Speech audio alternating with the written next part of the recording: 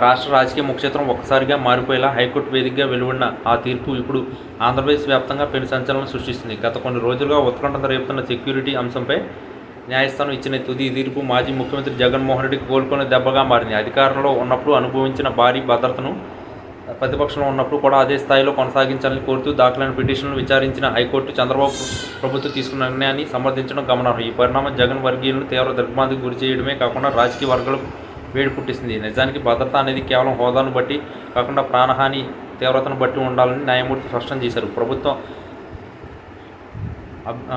అభిష్టానుసారం నిపుణులు కమిటీ ఇచ్చిన ఆ నివేదికను పరిగణలోకి తీసుకుంటూ హైకోర్టు వెలువరించిన ఈ తీర్పు అత్యంత కీలకమైన అంశాలు ఉన్నాయి. తన పాదయాత్ర సమయంలో నుంచి నేటి వరకు తనకు ఉన్న థ్రెడ్ పర్ఫెక్షన్ తగ్గలేదని జగన్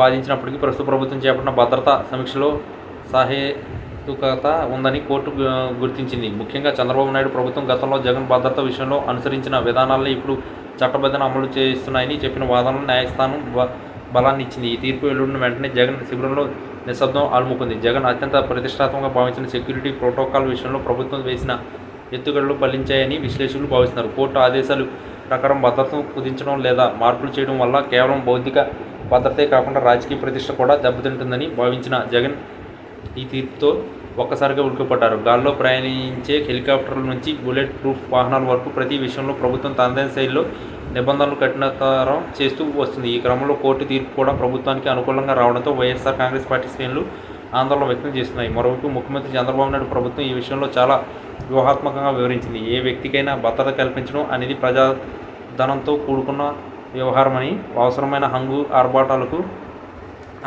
హంగు ఆర్భాటాలు తావులేదని స్పష్టం చేసింది. గతంలో తాము ఎదుర్కొన్న ఇబ్బందులను గుర్తు చేస్తూనే ఇప్పుడు నిబంధనల ప్రకారం మాత్రమే ముందుకు వెళ్తున్నామని ప్రభుత్వ కోర్టుకు వివరించింది. న్యాయమూర్తి తన తీర్పులో పేర్కొన్న అంశాలు జగన్కు దిమ్మతిరిగి షాక్ ఇవ్వడమే కాకుండా భవిష్యత్తులో రాజకీయ నాయకులు భద్రతా విషయంలో ఒక కొత్త బెంచ్ మార్క్ను సెట్ చేశాయి.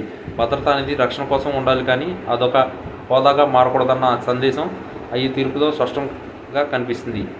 ఈ పరిణామం జగన్ రాజకీయ ప్రయాణంలో ఒక కీలక మలుపుగా చెప్పవచ్చు. అటు అసెంబ్లీలో హోదా విషయంలోనూ ఇటు బయట సెక్యూరిటీ విషయంలో వరుసగా ఎదురు దెబ్బలు తగులుతుండడంతో జగన్ ఇప్పుడు ఆత్మరక్షణలో పడ్డారు. హైకోర్టు తీర్పుపై కోర్టులో సవాల్ చేస్తారా లేదా అనేది పక్కన పెడితే ప్రస్తుతానికి మాత్రం చంద్రబాబు సర్కార్పై పైచేయి సాధించినట్టు స్పష్టమవుతుంది.